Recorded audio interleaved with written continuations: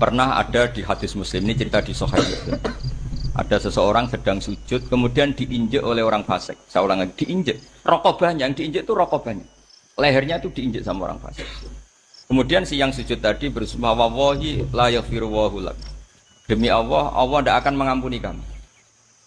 Itu Allah kemudian mewahyukan sama Nabi di zamannya. Wahyunya adalah, man dalladzi yata'alla alayya alla aghfira li fulan. Laqad ghafartu dzunuba wa ahbattu amalat. Siapa yang mencantut namaku dengan menstatuskan saya tidak bisa memberi maaf. Sungguh orang itu saya maafkan dan yang ahli ibadah amalnya tak cabut semua, tak hapus. Karena Allah tuh nggak boleh distatuskan sesuai keinginan kita. Soleh terus mengatakan orang lain tidak soleh, Allah tidak akan ngampuni. Ngampuni tidak, itu wilayahnya Allah, dan Allah yaf'alu ma yasha. Dan Allah berkali-kali memaklumatkan dirinya yaghfiru liman yasha wa yu'adzibu man yasha. Tapi ini kubu sebelah nyifati Allah hanya wa yu'adzibu. Kubu sebelah kan gitu. Tidak pernah kalau Allah disifati yaghfir. Bagaimana Allah gak tersinggung? Allah selalu distatuskan yu'adzib. Kira-kira kalau Allah kan gini, saya ini bisa u'adzib, bisa aghfir, kenapa status saya tinggal yu'adzib? Ini ngaji di mana? Khatam enggak gitu. Makanya resikonya ahli sunnah itu masyhur tuh Pak Hamid Pasuruan. Tamu macam-macam diterima. Ketika orang benci Golkar itu ada tamu dari Golkar juga diterima. Ketika orang nggak mau diberi hadiah oleh orang Golkar, Pak Hamid ya diterima. Bilang ke bapak, mengaku lo mau wainur, duit enggak ono gunane dhewe. Sing marai rawan hisab itu kan kamu dapat uang nggak jelas kemudian kamu pakai pribadi. Kalau orang-orang soleh kan nggak pernah dipakai, kan aman saja. Loh, dihisab apanya? Wong hanya peralon. Kalau istilahnya Mbah Hamid itu peralon. Datang diberikan orang lagi, datang diberikan. Kalau kena kamu kan hisab. Terus kamu nyate makan wareg glegeken. Wah itu uangnya nggak jelas dipakai nyate glegeken, ya mesti hisab. Kalau nggak jelas ya disedekahkan. Kalau ingin bebas apa? Hisab. Tapi kalau sering sedekah biasanya nggak bebas dari miskin. Tapi kalau kamu wali kan tetap ya Pak Hamid itu masyhur di Sakhok, tapi kan nggak jadi miskin. Kamu nggak terkenal Sakhok tapi miskin. Ini nggak wali. Nah kemudian ini yang makalah yang saya siapkan begini. Sekarang Indonesia itu dikepung oleh paham-paham keras. Satu paham-paham keras itu yang paling hebat tentu ilmu. Dalam banyak cerita, banyak saksinya juga. Pernah, ini masyhur sekali cerita ini. Sya'rawi itu ketemu orang ekstrim yang mau mengebom orang-orang Islam yang sedang main di bar. Gem lah kira-kira gitu. Karena di dunia Allah kok maksiat tok, ini baiknya mati aja daripada hidup, daripada ngelek-ngelek bumi. Ditanya sama Sya'rawi, kalau betul mereka jadi mati, aina masiruhum? Lalu mereka mati terus kemana? Dijawab oleh ekstremis tadi, ya ilanar, karena mereka matu fi hinil maksiat, mati ketika maksiat. Terus jawabnya si Sya'rawi, lalu kalau mereka ke neraka itu keinginan Rasulullah apa keinginan kamu? Apakah pernah Rasulullah itu berkeinginan umatnya mati masuk neraka? Ya enggak. Ya sudah, kalau itu tidak keinginan Rasulullah jangan lakukan. Ini kan satu ilmiah yang luar biasa. Rasulullah tidak pernah ingin umatnya mati dalam keadaan siap masuk neraka. Makanya tidak usah mati pas itu ya. Bener MC tadi, kalau mati milih tanggal dan milih tempat. Iya, itu diantara pujian-pujian yang masyhur tuh, yang di Rasulullah itu kulik tamu barroon mingkuli aibin fakaan nama kulik ta kama tasa.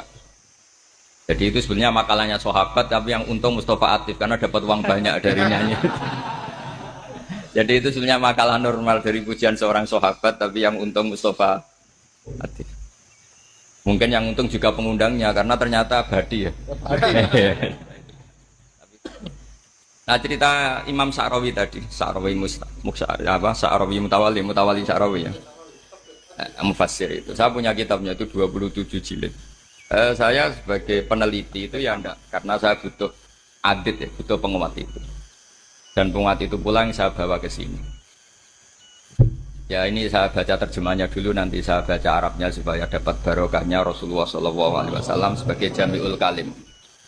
Nabi pernah didatangi seorang Bedui. Bedui itu Arabi, orang kampung.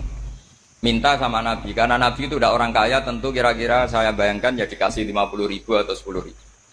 Si Arabi ini tidak terima, dan tidak terima ngomong di depan umum. Ketika Rasulullah tanya, apa saya sudah baik sama kamu? Kata si Arabi tadi tidak. Karena kamu kikir hanya ngasih saya segini. Sahabat hampir marah saja karena Nabi tersinggung gitu.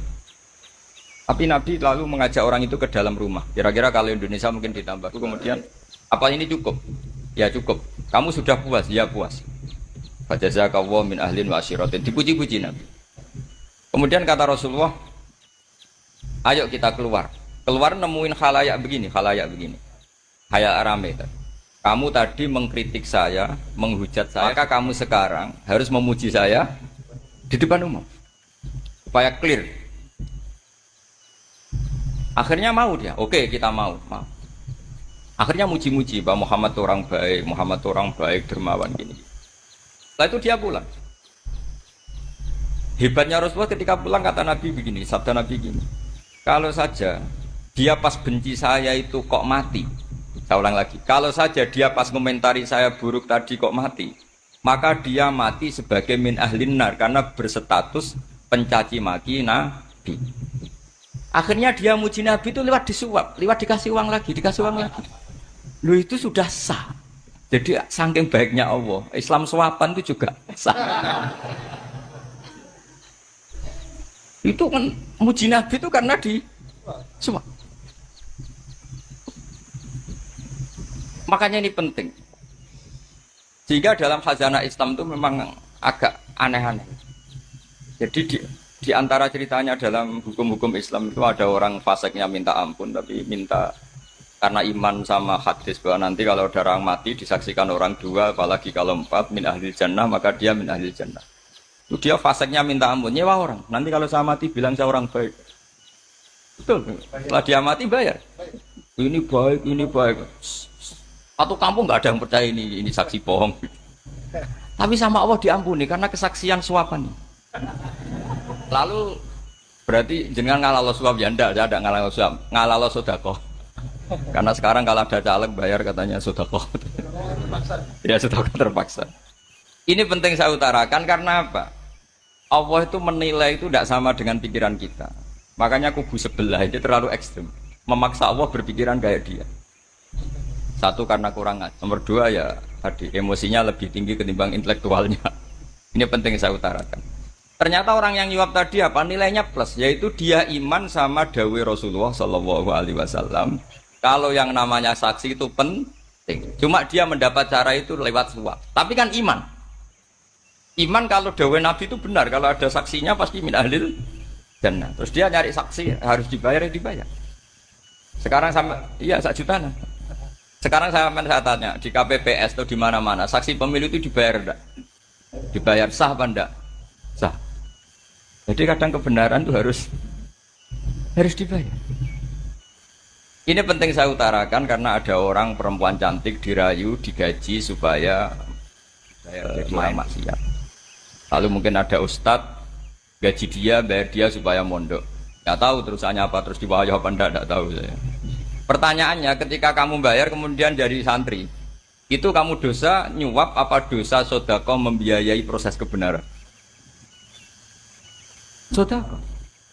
Tapi kalau yang bayar untuk jadi pegawai klub maka membiayai kemaksiatan. Maka pembiayaan ini penting secara fikih, arahnya kemana?